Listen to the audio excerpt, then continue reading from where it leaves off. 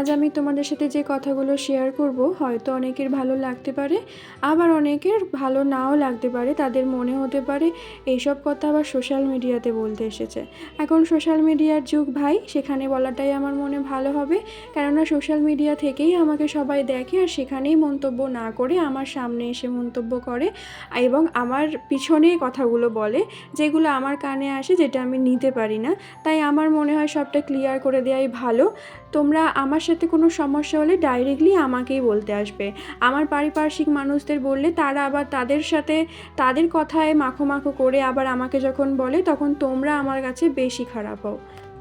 তার থেকে ভালো যাকে যার নিয়ে সমস্যা তাকে তার কাছে সেই সমস্যার সমাধান করাই ভালো। তো এত বকবক না করে মূল কথায় আসি। আমি আমার বাবা মার শিক্ষায় শিক্ষিত বলে এতদিন ভদ্রতার খাতিরে অনেক সবাইকে অনেক কথা বলিনি। আমি এখনও বলতে চাই না, আমি এখনও কিচ্ছু বলবো না। শুধু কিছু মানুষকে একটা কথাই বলে রাখবো, আমার ধৈর্যের ভাতটা ভেঙো না, ভাঙলে কিন্তু সেটা তোমাদেরই ক্ষতি হবে এবং তোমাদেরই সেটা নিতে পারবে না। আমার যেমন সহ্য শক্তি আছে, আমার তেমন রাগও আছে। আমার কাছের মানুষরা আমার রাগটাকে দেখে, তাই তারা বুঝতে পারে আমি কতটা রাগী।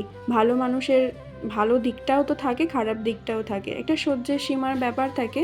তো বিষয়টা হচ্ছে, মানুষ তোমাকে যখন হাজার অপমান, কথার আঘাত, হাজার মানসিক যন্ত্রণা দিয়েও যখন তোমাকে দমিয়ে রাখতে পারবে না, তুমি তোমার লক্ষ্যের দিকে, তোমার উন্নতির দিকে এগিয়ে যাবে, তখন তোমার জীবনে তুমি হাজার চেষ্টা করেও যখন তুমি সেটা পাচ্ছ না, সেটা তারা তোমার কাছের মানুষ যারা ছিল তাদের কাছ থেকে তোমার দুর্বল জায়গাটা জানতে পেরে যায়। তখন তোমাকে তারা ওই দুর্বল জায়গাটাতেই বারবার আঘাত করতে থাকে। তখন তোমার তাদেরকে কিছু বলারও থাকে না, তুমি ভদ্রতার খাতিরে বলতেও পারো না। সেই বিষয়টাই আমার সাথে হয়েছে। তো আমি পরে ভিডিওতে আবার ডিটেলসে বলবো। তো আজকের এতটুকুই বলি যে সবাই নিজের জায়গাটা বজায় রেখো, আমার ধৈর্যের বাঁধ ভেঙো না। এটা ছিল আমার একটা স্পা ট্রিটমেন্টের কাজ। আমার পার্লারে অফার চলছে, যেটা আমি তোমাদের সাথে শেয়ার করেছিলাম আগের ভিডিওতে। তো এটা হচ্ছে একটা অফারেরই কাজ। ক্লায়েন্ট আমাকে জোরাজুরি করার জন্য আমি অফারটা আজ থেকেই দিতে আরম্ভ করেছি। তো তোমাদের কাজটা কেমন লাগলো জানিও। আর আমার কাছে কাজ করতে এলে প্লিজ টাইম নিয়ে এসো। টাইম দেয়নি বলি কাজটা একটু খারাপ। মাসাজ করার জন্য যেমন টাইম লাগে, চুলটা শুকনো করার জন্য টাইম লাগে। তো সেই টাইমটা পাইনি বলেই চুলটা ভালোভাবে শুকনো হয়নি, ভালো রেজাল্ট আসেনি। তবে শুকনো হলে ভালো রেজাল্ট আসবে।